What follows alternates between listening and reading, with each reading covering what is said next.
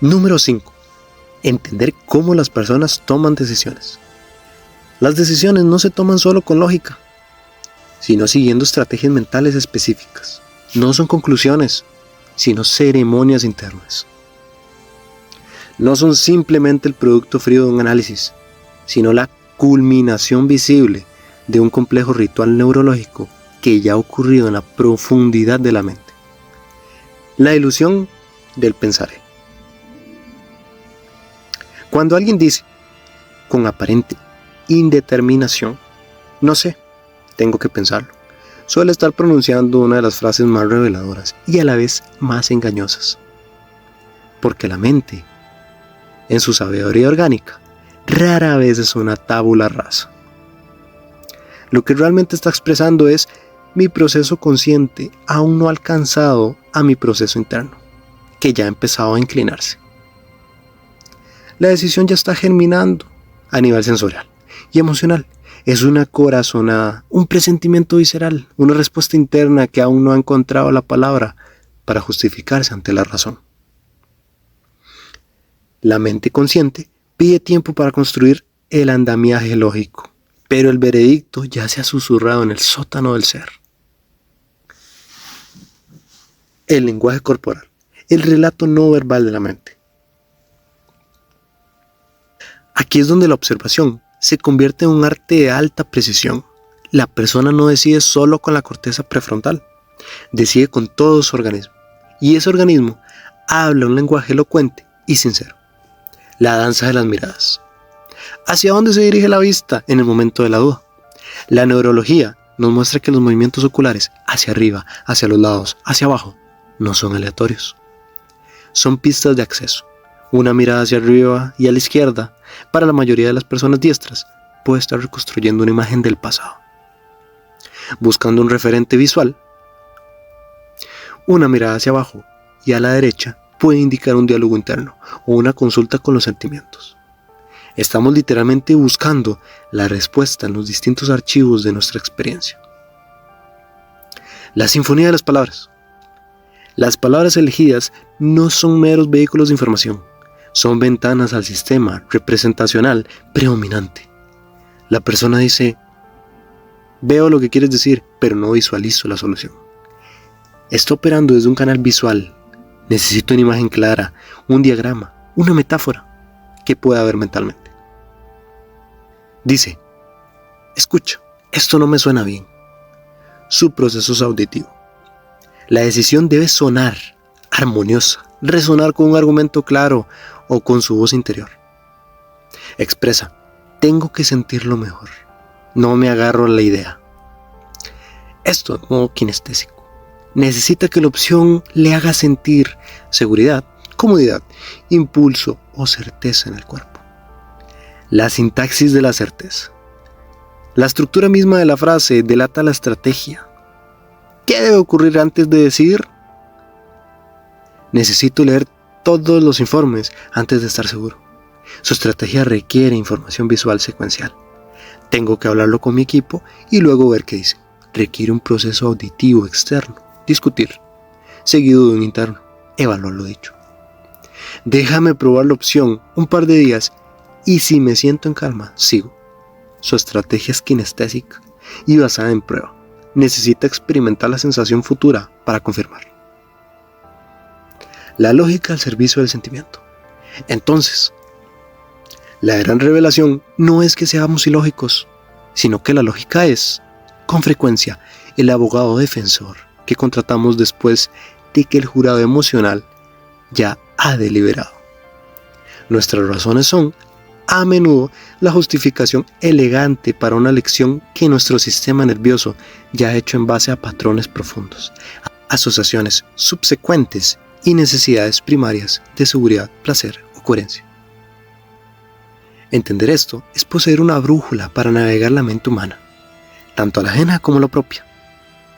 No se trata de manipular, sino de comprender el idioma nativo en el que cada persona procesa la realidad. Es dejar de discutir únicamente con argumentos y empezar a ofrecer la evidencia en el formato que la mente del otro puede procesar, en imágenes, en sonidos o en sensaciones. Porque al final, La decisión perfecta no es la más racional, sino aquella que logra el sí unánime de todos nuestros sistemas internos. El arte está en escuchar mucho antes que ese sí se pronuncie en voz alta.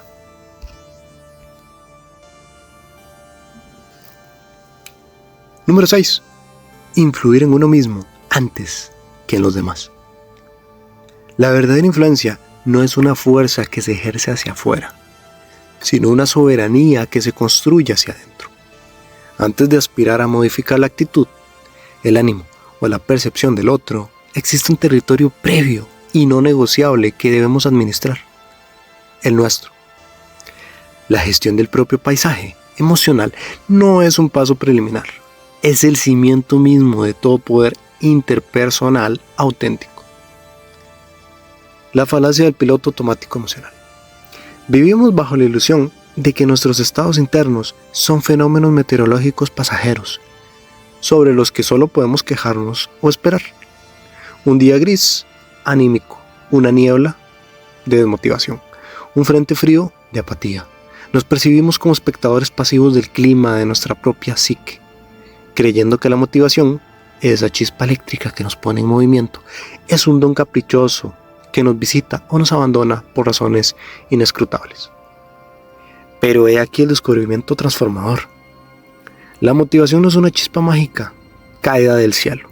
Es una estructura interna, es un circuito neurológico concreto, una secuencia específica de pensamientos, imágenes y sensaciones que se activan en un orden determinado. Y lo que tiene una estructura se puede estudiar. Lo que tiene un patrón se puede replicar. Lo que se puede replicar se puede convocar a voluntad. De espectador a arquitecto, la ingeniería del estado interno. La PNL nos invita a dejar de ser meros meteorológicos, que pronostican su propio mal tiempo, para convertirnos en ingenieros climáticos de la conciencia. El proceso es tan metodológico como revelador. Primero, la disección del día perfecto. Recuerda un momento en el que la motivación fluía por tus venas con fuerza torrencial. No te quedes en la anécdota. Desmonta la experiencia como un relojero desarma un mecanismo. ¿Qué imágenes veías en tu mente? Eran grandes, brillantes, cercanas. ¿Te veías a ti mismo en la escena o la observabas desde fuera? ¿Qué sonidos o diálogos internos acompañaban esas imágenes? ¿Era una voz firme, un lema, una música épica? ¿A qué volumen y desde dónde la escuchabas? ¿Qué sensaciones físicas la sostenían?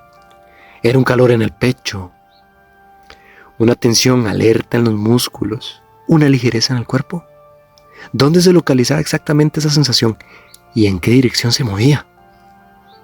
La replicación deliberada. Una vez identificados los componentes, las submodalidades de tu estado de motivación pura, tienes la fórmula. En un día gris no necesitas esperar a que el sol vuelva por parte de magia. Puedes encender el sol interno. Puedes proyectar a voluntad esa imagen grande y brillante. Puedes subir el volumen de esa música interna o de esa voz de certeza. Puedes despertar desde la intención esa sensación de calor y potencia en el centro del cuerpo. La influencia como emanación, no como imposición. Esto es lo sorprendente. La influencia genuina sobre los demás no comienza con una técnica aplicada a ellos, sino con un estado cultivado en uno. Cuando logras anclarte en un estado de calma, claridad o determinación, dejas de intentar transmitir calma, claridad o determinación. Simplemente las emanas. Tu fisiología, tu tono de voz, tu presencia, de manera sutil cambian. Te conviertes en un campo gravitatorio emocional y los demás orbitan de manera natural hacia ese centro de gravedad estable. Antes de querer persuadir con argumentos, aprende a persuadirte a ti mismo con estados, porque la conversación más decisiva no es la que sostienes con el mundo, es la que sostienes en silencio, con las imágenes, los sonidos y las sensaciones que habitan en el teatro privado de tu mente. El verdadero poder no es el que se toma, es el que se constituye desde la soberanía íntima. Y esa soberanía se ejerce primero sobre el reino que siempre ha sido tuyo, tu propio estado de ser. Número 7. Las creencias como límites invisibles. Las creencias funcionan como filtros, a través de los cuales interpretamos la realidad. Muchas de ellas se forman en la infancia o a partir de experiencias puntuales, pero las damos por verdades absolutas. Estas creencias limitan nuestras decisiones, sin que nos demos cuenta. Frases como, yo no soy así, o esto no es para mí, cierran puertas antes siquiera de intentarlo. Un ejemplo cotidiano es alguien que cree que no es bueno para los números. Esa creencia condiciona su esfuerzo, su atención y su confianza a buscar contraejemplos, momentos en los que sí logró entender o aprender. La creencia empieza a debilitarse. Esto no significa engañarse, sino ampliar la percepción de lo que es posible. No hablamos de manipulación, sino de comprensión humana profunda. Es importante observar cómo pensamos, cómo nos sentimos y cómo hablamos, tanto con otros como con nosotros mismos. Las técnicas de PNL aplicadas con ética no convierten a una persona en manipuladora, sino en alguien más consciente, empático y responsable de su impacto en el mundo. Cuando se entiende cómo funciona la mente humana, dejamos de luchar contra ella y empezamos a trabajar con ella, transformando la comunicación, las relaciones y la manera en que nos enfrentamos a la vida cotidiana.